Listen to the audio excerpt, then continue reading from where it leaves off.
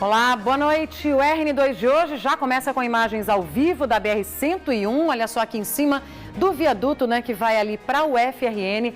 Houve uma batida, um acidente envolvendo 2 veículos, segundo informações do Corpo de Bombeiros que está no local, inclusive com derramamento de óleo. Então você vê aí que essa pista aí do meio está totalmente interditada. Os carros que estão vindo no sentido Zona Sul para o centro da cidade estão tendo que aguardar. A pista foi interditada para que a remoção dos carros seja feita e também se alguma vítima, se alguém ficou aí ferido, também que possa ser remanejado, retirado do local e socorrido.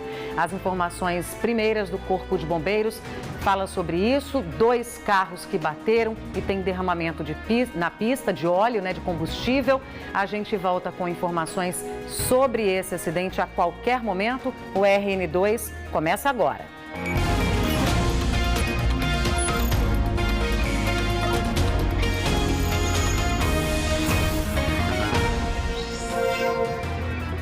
E a gente continua falando aí sobre acidente, Ontem a gente mostrou a derrubada, a virada de uma carreta aí, o motorista tentando evitar um acidente, teria puxado bruscamente o veículo, tombou no meio-fio, uma carreta que transportava combustível e depois de 24 horas, isso foi ontem à noite, só hoje à noite é que conseguiram desvirar, o trânsito ficou totalmente interditado durante essas 24 horas.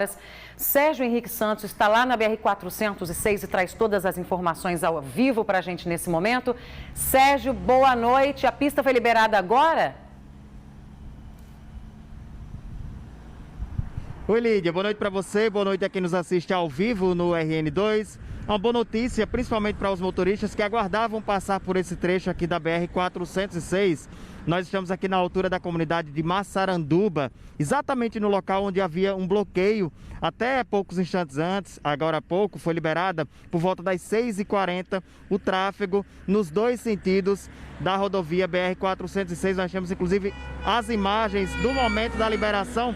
E o sentimento, Lídia, é exatamente esse. Todo mundo que passa dá uma buzinada, porque afinal de contas foram 24 horas de espera. A gente está vendo aí nas imagens, a PRF seguiu na frente, no comboio. Primeiro foi liberada a pista no sentido Natal-Ceará-Mirim. A PRF ia na frente e os carros iam logo atrás também, várias motos. E logo em seguida aconteceu a liberação no sentido oposto, no sentido Ceará-Mirim-Natal. Essa era uma operação muito complexa, Lídia, porque essa carreta que virou ontem por volta das 7 horas da noite, portanto 24 horas de interdição, era uma operação muito complexa porque essa carreta era um caminhão-tanque que estava abastecido com 25 mil litros de combustível. Havia dentro da carga gasolina e também diesel.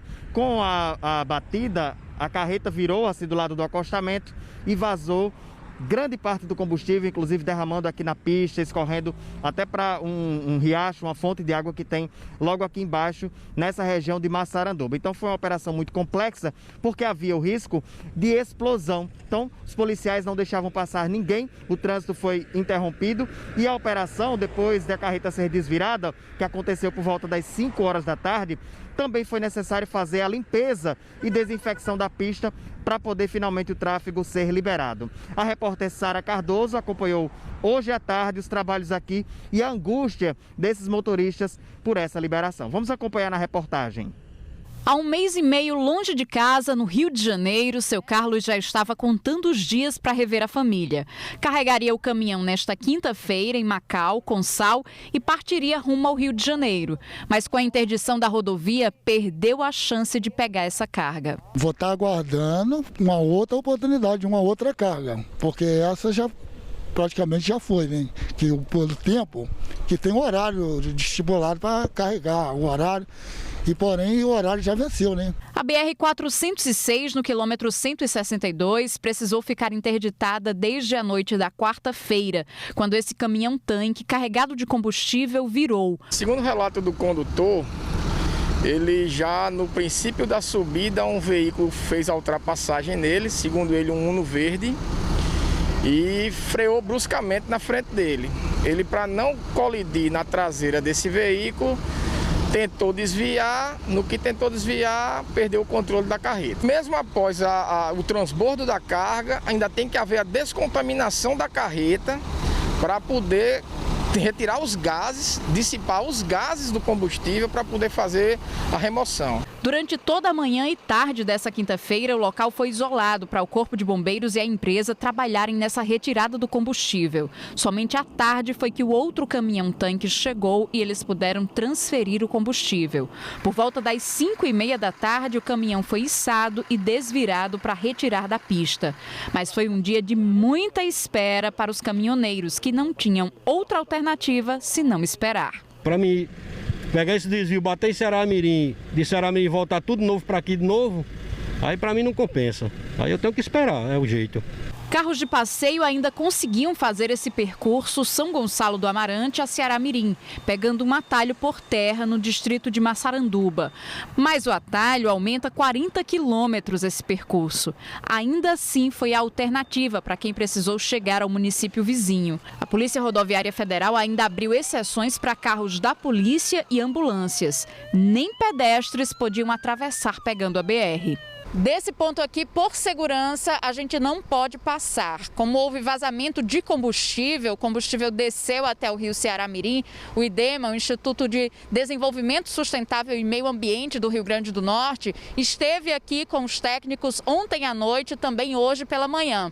Mas justamente por causa desse isolamento, devido ao risco de explosão, eles não puderam se aproximar muito da área. Foi identificado o derramamento de combustível às margens da rodovia, próximo ao rio que leva água até a Lagoa de Extremóis. O IDEMA está aplicando à empresa o acionamento do plano de emergência, em que eles são obrigados a monitorar, recolher todo o material contaminado, e estamos trabalhando também com monitoramento para verificar se há riscos da contaminação do próprio rio, que está ali a um pouco mais de 200 metros de distância. Seu Damião, que trabalha às margens da rodovia, diz que acidentes nesse trecho da 406 são muito comuns e geralmente acontecem durante ultrapassagens. Vai fazer 15 dias que o carro matou um rapaz aí, justamente mais ou menos isso aí, né? Ele vinha na moto e ficou escuro na pista e o carro bateu nele e morreu na hora. Aí sempre acontece acidente aí nessa faixa. É um risco muito grande, né? A prova tá aí, né? E não tem quebra-mola nenhum, o carro passa em alta velocidade.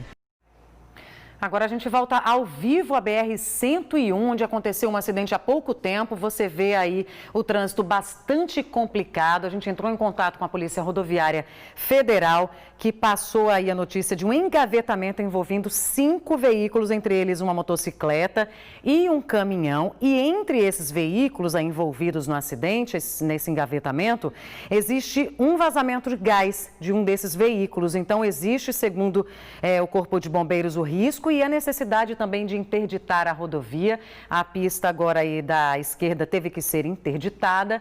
Agora a gente já vê os carros, né, das outras demais pistas já passando lentamente, mas aí o trânsito já começando a fluir, mas muito devagar. E está todo mundo por lá ainda, ó, Corpo de Bombeiros, PRF. Então você vê que os carros também continuam lá parados, né? São 5 ao todo, envolvendo aí, são 3 carros, uma motocicleta e um caminhão. E um desses carros é que teria aí o sistema de gás, né? E por isso também essa questão do vazamento, e o pessoal do Corpo de Bombeiros continua por lá justamente para tentar evitar aí que algo venha a acontecer, um acidente envolvendo explosão, já que se o cilindro, né, do gás natural tiver sido corrompido de alguma forma, a gente sabe que existe um perigo e por isso todo cuidado é pouco e teve que ser interditada uma das faixas. Você vê aí bem a BR-101 mesmo, né? Isso foi no sentido centro da cidade para a zona sul da capital, bem em cima do túnel que vai para a Universidade Federal do Rio Grande do Norte, né? Bem na pista central, nas pistas laterais o trânsito flui bem devagar, mas está fluindo lentamente. Sara Cardoso está lá ao vivo, traz todas as informações para a gente a partir de agora. Sara, boa noite, é com você. Boa noite a todos. Pois é, estamos aqui nesse trecho da BR-101, onde vocês viram aí esse congestionamento registrado aqui na rodovia. Pelo que a gente pegou aqui de informações da Polícia Rodoviária Federal, que está fazendo o isolamento aqui da área, houve, na verdade, aqui um acidente envolvendo 5 veículos. Esse caminhão, eu vou pedir aqui para o nosso cinegrafista, Keinaldo Holanda, girar aqui para mostrar para a gente. Esse caminhão aqui, segundo a Polícia Rodoviária Federal, teria, no meio do congestionamento, ele vinha aqui nessa faixa central. E aí, para desviar desse congestionamento na faixa central, ele veio aqui para a faixa mais da esquerda. Acabou colidindo com os veículos aqui. Os veículos e aí entraram nesse engavetamento. Um motociclista foi atingido durante esse engavetamento. Esse veículo aqui, isso que vocês estão vendo, inclusive aqui no asfalto, não é combustível, tá? Os bombeiros estão aqui para controlar um vazamento de gás que estava sendo registrado aqui nesse veículo, nesse Siena, mas eles já conseguiram fazer esse controle. E aí o que vocês estão vendo aqui no asfalto não é combustível, é água que está caindo aí do caminhão que está carregado de areia. Como vocês estão vendo aqui, 2 faixas já foram liberadas aqui para passagem dos veículos, mas o congestionamento que se formou foi grande e daqui que se resolva aí tudo isso aqui, faça-se a retirada desses veículos, deve levar algum tempo. A gente acabou de chegar aqui há pouco tempo no acidente, ainda não temos informações sobre as vítimas e especialmente o motociclista, que é a parte mais fragilizada desse acidente. Mas outras pessoas que estão envolvidas aqui no acidente ainda estão aqui conversando com a Polícia Rodoviária Federal. Daqui a pouquinho, Lídia, eu volto com mais informações daqui, tá? Combinado, Sara. A gente continua falando aí de acidente de BR, né? Dessa vez a gente muda para a BR-304, que sabemos todos que é um perigo para os motoristas. É uma rodovia estreita, pista simples, onde só esse ano foram registrados quase 200 acidentes e 17 mortes. O que coloca mais uma vez as discussões em torno da duplicação da pista em evidência. De janeiro a setembro deste ano, a Polícia Rodoviária Federal já registrou 195 acidentes na BR-304. 62 pessoas ficaram gravemente feridas e 17 perderam a vida. Segundo a PRF, a maioria das mortes na BR está ligada às batidas frontais entre os veículos. As rodovias de pista simples, como é o caso da BR-304, elas favorecem o aumento do risco de colisão frontal. Então, o que nós temos percebido é que as colisões frontais elas deixam mais vítimas mortas e vítimas graves. E também as nossas estatísticas mostram que em muitas situações ou se envolve uma postura do condutor ou uma desobediência a uma norma do trânsito.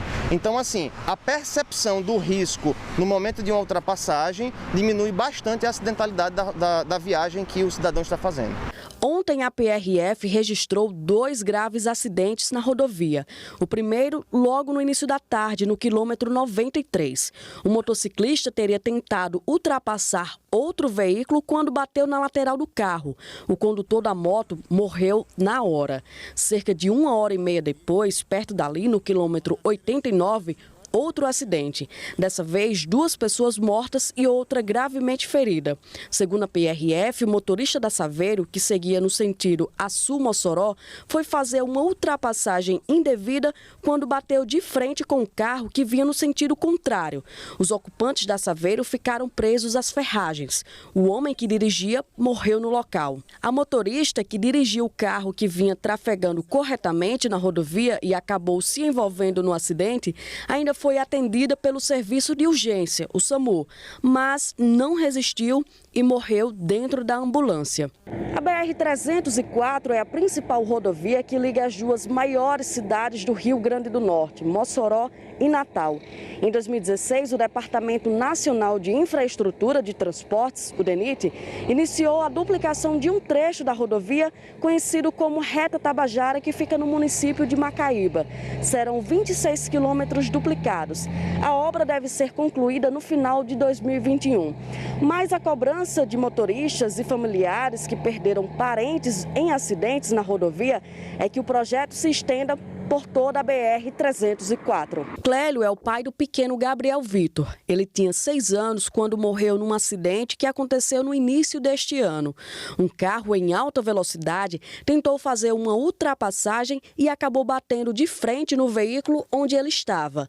O acidente aconteceu no quilômetro 126 da BR-304, próximo à entrada do município de São Rafael. Para os pais da criança, uma perda irreparável e uma dor que jamais será esquecida. É um pedido do norte rio-grandense de que essa BR ela seja duplicada. Então eu desde criança escuto que a BR vai ser duplicada, que tem projeto, mas nunca a gente vê algo prático sendo feito, né? Nós vemos que existem obras nas cidades, né? Já existem cidades com entradas duplicadas, mas a BR em si nada tem acontecido. Essa causa para a gente ela é muito mais do que só uma segurança, né?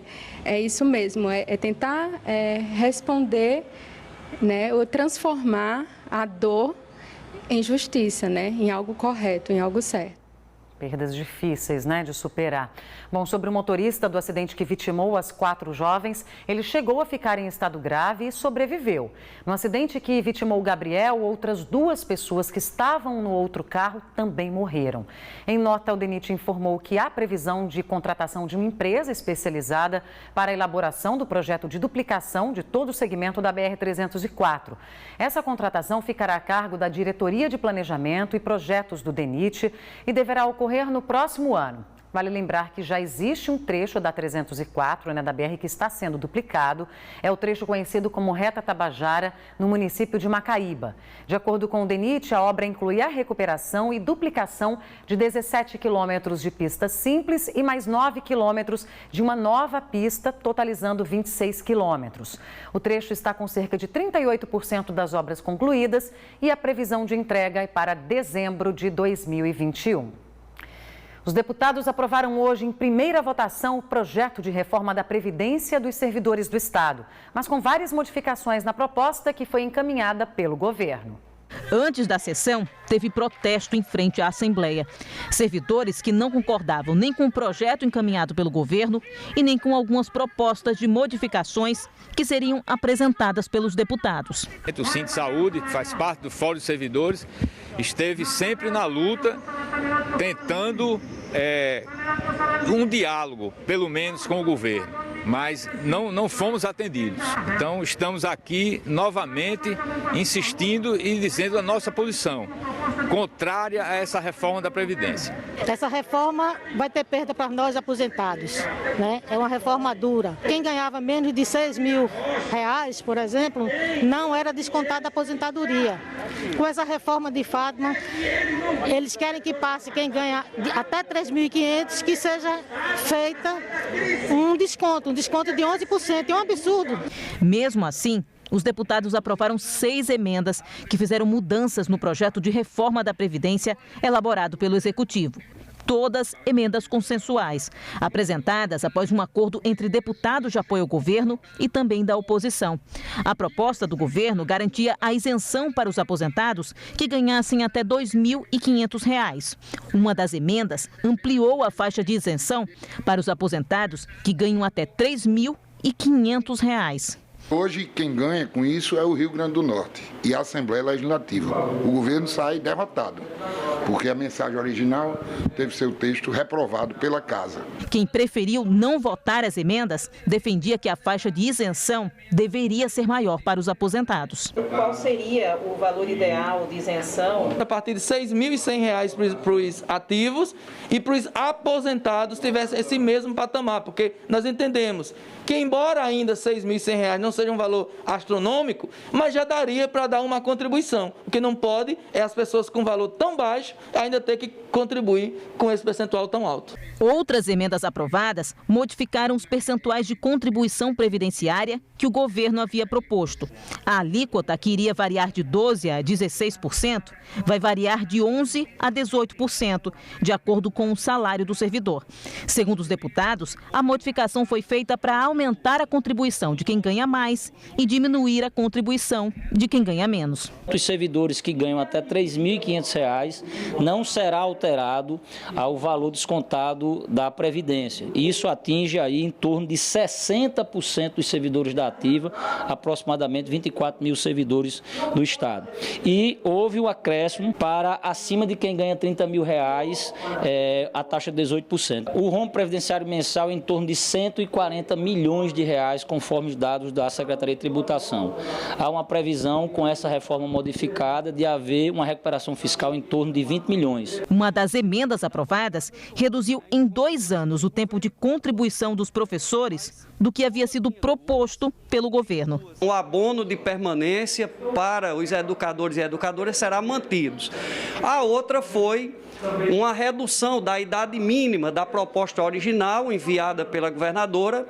As professoras que estavam previstas uma idade de 55 anos, agora com essa emenda cai para 53, e os professores que estava previsto uma idade mínima de 60 anos, agora cai para 58. O projeto agora segue para a segunda votação na próxima terça-feira. Na sessão, o projeto será votado junto com as emendas que já foram aprovadas. Bom, como se trata de um projeto de emenda constitucional, serão necessárias a aprovação e a presença de pelo menos 15 deputados nessa segunda votação.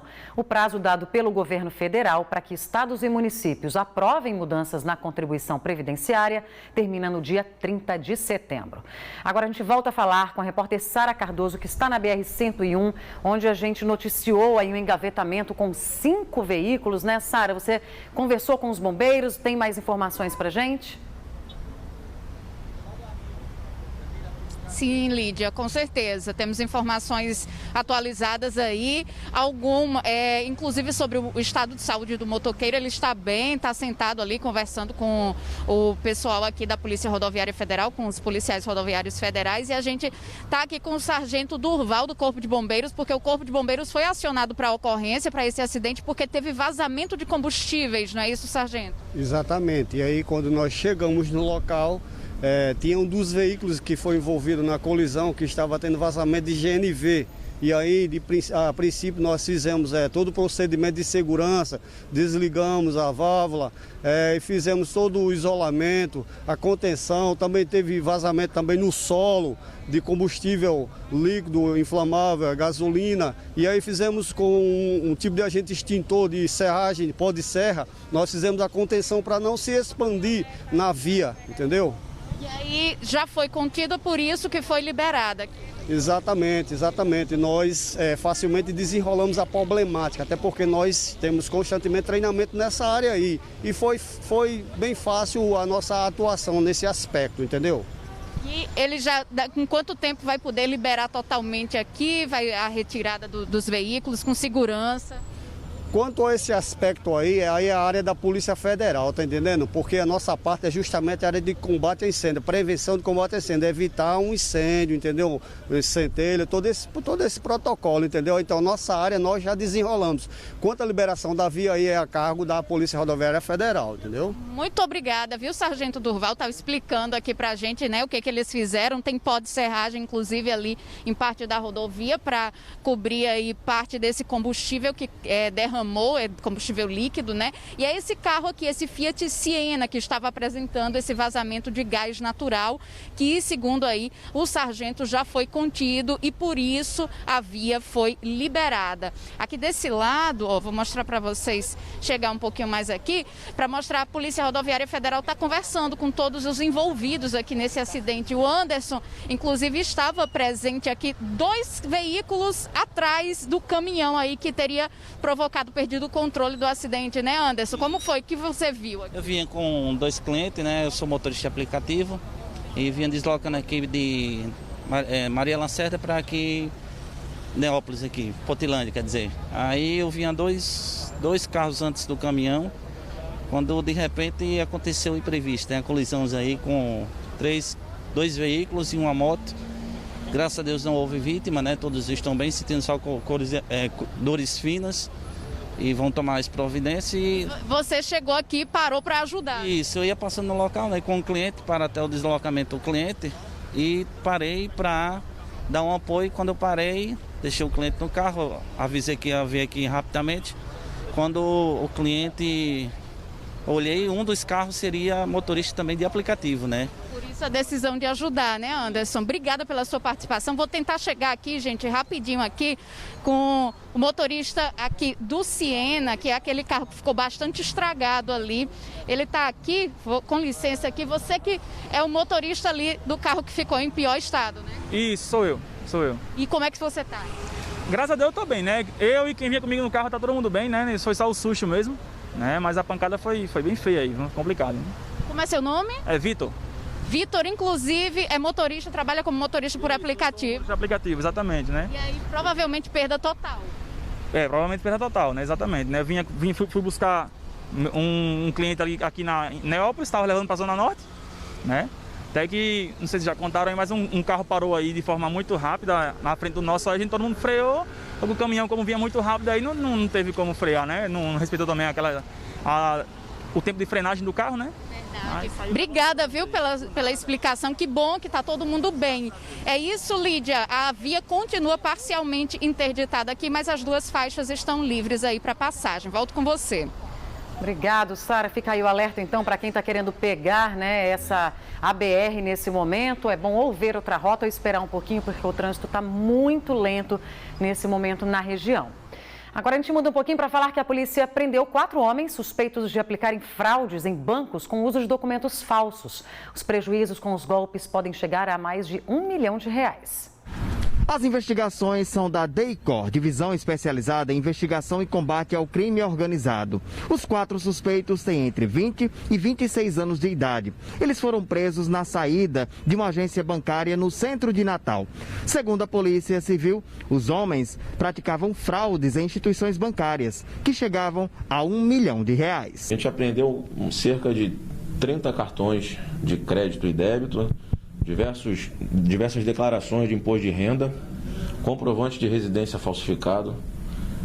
Todos esses documentos davam base para abrir contas e todos eles ideologicamente falsos, né? Eles já tinham arrecadado mais ou menos R$1 milhão nesses últimos 3 anos, né? Que é os anos que eles estavam atuando aí. E eles levavam uma vida bastante luxuosa, né? Com carros, com apartamentos de luxo, casas. Ontem eles foram autuados pela associação criminosa, uso de documento falso, falsificação de documento particular e pelo crime de estelionato, né? Tendo em vista que a própria instituição financeira nos procurou para representar por esse crime e por tal motivo eles foram também autuados no estelionato. A Polícia Federal incinerou ontem quase 800 quilos de drogas, resultado de apreensões realizadas neste ano no Aeroporto Internacional Aloysio Alves, em São Gonçalo do Amarante e no Porto de Natal. A incineração aconteceu com autorização da Justiça e sob forte esquema de segurança no alto forno de uma usina na zona rural de Ares, na região metropolitana da capital. A maior parte da droga incinerada era de maconha e cocaína. Além disso, os policiais incineraram também outras substâncias utilizadas pelos traficantes para misturar e acrescentar volume à cocaína. Nas ações que resultaram na apreensão dos entorpecentes, 9 suspeitos foram presos em flagrante. Somente esse ano, a Polícia Federal já incinerou mais de 2 toneladas de drogas apreendidas aqui no Rio Grande do Norte. Agora a gente volta a falar com Sérgio Henrique Santos, que continua na BR-406, que foi inclusive liberada há pouco tempo, né? Depois que um caminhão, uma carreta tombou ontem à noite. Sérgio, suas informações. Isso, Lídia. As últimas informações, para quem perdeu o início do RN2, a BR-406 já está completamente liberada. Temos aí as imagens, a carreta foi desvirada por volta das 5 horas da tarde e foi higienizada já. Às 6h40 houve a liberação nos 2 sentidos, tanto no sentido Natal-Ceará-Mirim, quanto no sentido contrário, no sentido Ceará-Mirim-Natal. Lídia. Obrigada, Sérgio, pelas suas informações. E assim a gente encerra também o RN2 de hoje. Uma ótima noite, a gente volta a se ver.